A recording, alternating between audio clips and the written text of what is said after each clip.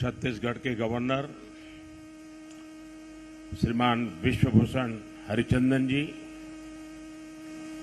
मुख्यमंत्री श्रीमान भूपेश बघेल जी, केंद्रीय मंत्रिपरिषद के मेरे सहयोगी भाई नितिन गडकरी जी, मनसुख मांडविया जी, रेणुका सिंह जी, राज्य के उप मुख्यमंत्री श्रीमान टीएस सिंहदेव जी, भाई श्री रमन सिंह जी, अन्य महानुभाव, देवी और सज्जनों, छत्तीसगढ़ की विकास यात्रा में आज का दिन बहुत ही महत्वपूर्ण है, बहुत बड़ा है। आज छत्तीसगढ़ को 7,000 करोड़ रुपए से अधिक की परियोजनाओं का उपहार मिल रहा है। ये उपहार इंफ्रास्ट्रक्चर के लिए है, कनेक्टिविटी के लिए है। ये उपहार छत्तीसगढ़ के लोगों का जीवन आसान बनाने के लिए है, यहां की स्वास्थ्य सेवाओं को बेहतर बनाने के लिए है। भारत सरकार के इन प्रोजेक्ट से यहां रोजगार के अनेकों नए अवसर भी बनेंगे। यहां के धान किसानों, खनिज संपदा से जुड़े उद्यमियों और टूरिज्म को भी इन प्रोजेक्ट से बहुत लाभ मिलेगा। सबसे बड़ी बात यह कि इनसे आदिवासी क्षेत्रों में सुविधा और विकास की नई यात्रा शुरू होगी। मैं इन सभी प्रोजेक्ट्स के लिए छत्तीसगढ़ के लोगों को बहुत बहुत बधाई देता हूं। साथियों, भारत में हम सभी का दशकों पुराना अनुभव यही है कि जहां इंफ्रास्ट्रक्चर कमजोर रहा, वहां विकास भी उतनी ही देरी से पहुंचा। इसलिए आज भारत उन क्षेत्रों में अधिक इंफ्रास्ट्रक्चर विकसित कर रहा है जो विकास की दौड़ में पीछे रह गए। इंफ्रास्ट्रक्चर यानी लोगों के जीवन में आसानी, इंफ्रास्ट्रक्चर यानी व्यापार कारोबार में आसानी, इंफ्रास्ट्रक्चर यानी रोजगार के लाखों नए अवसरों का निर्माण और इंफ्रास्ट्रक्चर यानी तेज विकास। आज भारत में किस तरह आधुनिक इंफ्रास्ट्रक्चर विकसित हो रहा है, यहां छत्तीसगढ़ में भी नजर आता है। पिछले 9 वर्षों में छत्तीसगढ़ के हजारों आदिवासी गांवों में प्रधानमंत्री ग्रामीण सड़क योजना के तहत सड़कें पहुंची हैं। भारत सरकार ने यहां करीब 3,500 किलोमीटर लंबी नेशनल हाईवे की परियोजनाएं स्वीकृत की हैं। इसमें से लगभग 3,000 किलोमीटर की परियोजनाएं पूरी भी हो चुकी हैं। इसी कड़ी में आज रायपुर कोड़ेबोड़ और बिलासपुर पथरापाली हाईवे का लोकार्पण हुआ है। रेल हो, रोड हो, टेलीकॉम हो, हर तरह की कनेक्टिविटी के लिए पिछले 9 साल में भारत सरकार ने छत्तीसगढ़ में अभूतपूर्व काम किया है। साथियों, आधुनिक इंफ्रास्ट्रक्चर का एक और बहुत बड़ा लाभ है जिस पर उतनी चर्चा नहीं हो पाती। आधुनिक इंफ्रास्ट्रक्चर का संबंध सामाजिक न्याय से भी है। जो सदियों तक अन्याय और असुविधा झेलते रहे, उन तक भारत सरकार आज ये आधुनिक सुविधाएं पहुंचा रही है। गरीब, दलित, पिछड़े, आदिवासी, इनकी बस्तियों को आज ये सड़कें, ये रेल लाइनें जोड़ रही हैं। इन दुर्गम क्षेत्रों में रहने वाले मरीजों को, माताओं बहनों को आज अस्पताल पहुंचने में सुविधा हो रही है। यहां के किसानों, यहां के मजदूरों को इससे सीधा लाभ हो रहा है। इसका एक और उदाहरण मोबाइल कनेक्टिविटी भी है। 9 साल पहले छत्तीसगढ़ के 20% से ज्यादा गांवों में किसी तरह की मोबाइल कनेक्टिविटी नहीं थी। आज ये घटकर लगभग 6% रह गई है।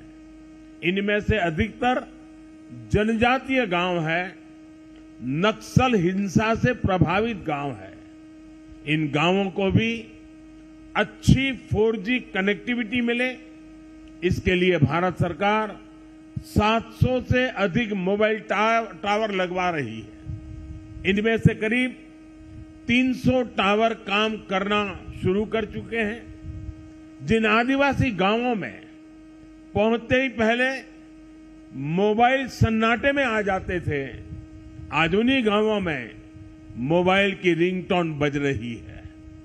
मोबाइल कनेक्टिविटी पहुंचने से कितने ही कामों में अब गांव के लोगों को मदद मिल रही है। और यही तो सामाजिक न्याय है, और यही तो सबका साथ सबका विकास है। साथियों, आज छत्तीसगढ़ 2 इकोनॉमिक कॉरिडोर से जुड़ रहा है। रायपुर धनबाद इकोनॉमिक कॉरिडोर और रायपुर विशाखापट्टनम इकोनॉमिक कॉरिडोर इस पूरे क्षेत्र का भाग्य बदलने वाले हैं। ये आर्थिक गलियारे उन आकांक्षी जिलों से होकर गुजर रहे हैं जिन्हें कभी पिछड़ा कहा जाता था, जहां कभी हिंसा और अराजकता हावी थी। आज उन्हीं जिलों में भारत सरकार की कमान में विकास की नई गाथा लिखी जा रही है। आज जिस रायपुर विशाखापट्टनम इकोनॉमिक कॉरिडोर पर काम शुरू हुआ है, वो इस क्षेत्र की एक नई लाइफलाइन बनने वाली है। इस कॉरिडोर से रायपुर और विशाखापट्टनम के बीच का सफर आधा हो जाएगा। 6 लेन की ये सड़क धमतरी की धान बेल्ट, कांकेर की बॉक्साइट बेल्ट और कोड़ा गांव के हस्तशिल्प की समृद्धि को देश के अन्य हिस्सों में जोड़ने का प्रमुख मार्ग बनेगी। और मुझे इसकी एक और खास बात बहुत अच्छी लगी। ये सड़क वन्य जीव क्षेत्र से गुजरेगी, इसलिए इसमें वन्य जीवों की सहूलियत के लिए टनल और एनिमल पासेस भी बनाए जाएंगे। दिल्ली राजहरा से जगदलपुर रेल लाइन हो, अंतागढ़ से रायपुर के लिए सीधी ट्रेन सेवा हो, इससे भी यहां के दूर सुदूर के क्षेत्रों में आना जाना और आसान हो जाएगा। साथियों, भारत सरकार का कमिटमेंट है कि जहां प्राकृतिक संपदा है वहीं नए अवसर बने, वहीं ज्यादा से ज्यादा उद्योग लगे। इस दिशा में भारत सरकार ने जो प्रयास बीते 9 वर्षों में किए हैं, उनसे छत्तीसगढ़ में औद्योगिकरण को नई ऊर्जा मिली है। भारत सरकार की नीतियों से छत्तीसगढ़ के पास राजस्व के रूप में अधिक पैसा भी पहुंचा है। विशेषकर माइंस और मिनरल एक्ट बदले जाने के बाद छत्तीसगढ़ को रॉयल्टी के रूप में कहीं अधिक पैसा मिलने लगा है।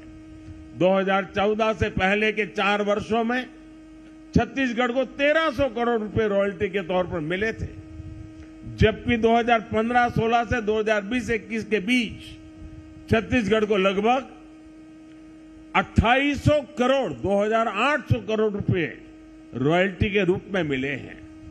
डिस्ट्रिक्ट मिनरल फंड की राशि बढ़ने से उन जिलों में विकास का काम तेज हुआ है जहां खनिज संपदा है। बच्चों के लिए स्कूल हो, पुस्तकालय हो, सड़कें हो, पानी की व्यवस्था हो, ऐसे ही कितने ही कामों में अब डिस्ट्रिक्ट मिनरल फंड का पैसा खर्च हो रहा है। साथियों, केंद्र सरकार के एक और प्रयास का छत्तीसगढ़ को बहुत लाभ हुआ है। भारत सरकार के प्रयासों से छत्तीसगढ़ में 1,60,00,000 से ज्यादा जनधन बैंक खाते खोले गए हैं। आज इन बैंक खातों में 6,000 करोड़ रुपए से अधिक जमा है। ये उन गरीब परिजनों, उनके परिवारजनों, किसानों श्रमिकों का पैसा है जो पहले यहां वहां अपने पैसा रखने के लिए मजबूर थे। आज इन जनधन खातों की वजह से गरीबों को सरकार से सीधी मदद मिल पा रही है। छत्तीसगढ़ के युवाओं को रोजगार मिले, वो स्वरोजगार करना चाहे तो दिक्कत ना हो, इसके लिए भी भारत सरकार निरंतर काम कर रही है। मुद्रा योजना के तहत 40,000 करोड़ रुपए से अधिक की मदद छत्तीसगढ़ के युवाओं को दी गई है। ये पैसे भी बिना गारंटी को दिए गए हैं। इस मदद से बड़ी संख्या में छत्तीसगढ़ के गांवों में हमारे आदिवासी युवक युवतियों ने, गरीब परिवार के युवाओं ने अपना कुछ काम शुरू किया है। भारत सरकार ने कोरोना काल में देश के छोटे उद्योगों को मदद देने के लिए भी लाखों करोड़ रुपए की एक विशेष योजना चलाई है।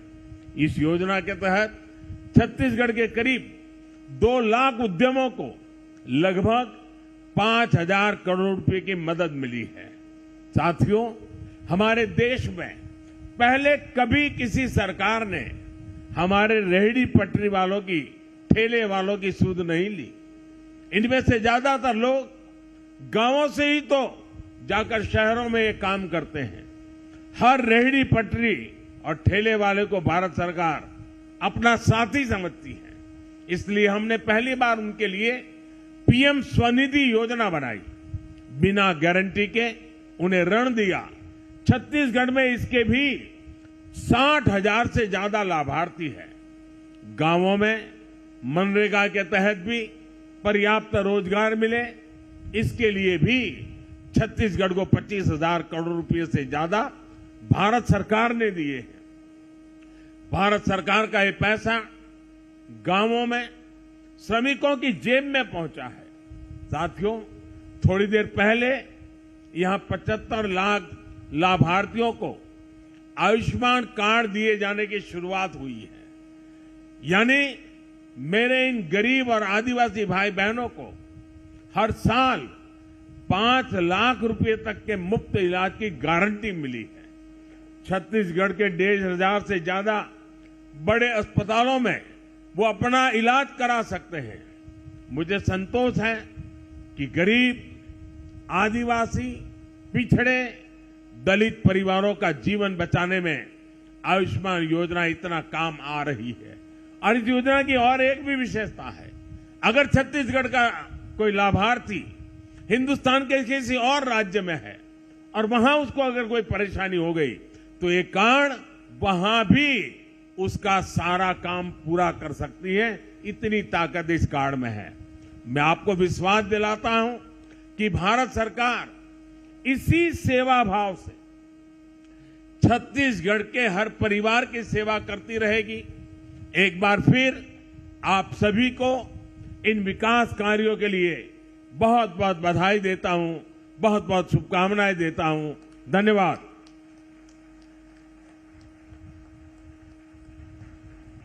आपके ओजस्वी उद्बोधन के लिए आभार मान्यवर।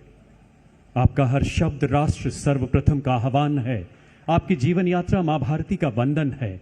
आपकी वाणी की प्रखरता में, आपके शीर्ष नेतृत्व की प्रबलता में विश्व मंच पर उभरता विकसित भारत नजर आता है।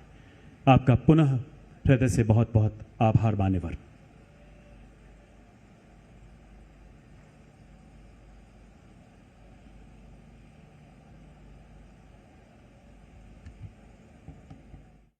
सीधी तस्वीरें आपको दिखा रहे थे। रायपुर दौरे पर प्रधानमंत्री नरेंद्र मोदी पहुंचे हुए हैं और उन्होंने यहाँ पर लोगों को योजनाओं की सौगात दी। कई विकास कार्यों का लोकार्पण प्रधानमंत्री नरेंद्र मोदी ने इस मंच के माध्यम से किया। आपको बताएं, इस दौरान कई केंद्रीय मंत्री भी प्रधानमंत्री के साथ मौजूद थे। इसी के साथ छत्तीसगढ़ के मुख्यमंत्री भूपेश बघेल भी कार्यक्रम में शामिल होने के लिए पहुंचे हुए थे। सबसे पहले मुख्यमंत्री भूपेश बघेल ने ही प्रधानमंत्री नरेंद्र मोदी का स्वागत किया, अभिनंदन किया, जिसके बाद प्रधानमंत्री नरेंद्र मोदी ने कई योजनाओं का शिलान्यास किया, कई सौगात छत्तीसगढ़ वासियों को दी। और मंच पर आप देखेंगे मुख्यमंत्री भूपेश बघेल के साथ बीजेपी के तमाम बड़े नेता नजर आ रहे हैं। केंद्रीय मंत्री नितिन गडकरी हैं, इसी के साथ नारायण चंदेल नजर आ रहे हैं। प्रधानमंत्री नरेंद्र मोदी के स्वागत में भी नारायण चंदेल और पूर्व सीएम रमन सिंह जैसे बड़े नेता पहुंचे हुए थे, जिसके बाद मंच से प्रधानमंत्री नरेंद्र मोदी ने लोगों को संबोधित भी किया और छत्तीसगढ़ किस तरह से आगे बढ़ रहा है और केंद्र के तत्वाधान में किस तरह से आगे बढ़ाने की योजनाएं हैं, उन तमाम बातों की जानकारी प्रधानमंत्री नरेंद्र मोदी ने अपने संबोधन के माध्यम से दी है। तो विजय संकल्प जनसभा में प्रधानमंत्री नरेंद्र मोदी पहुंचे हुए हैं। 7,600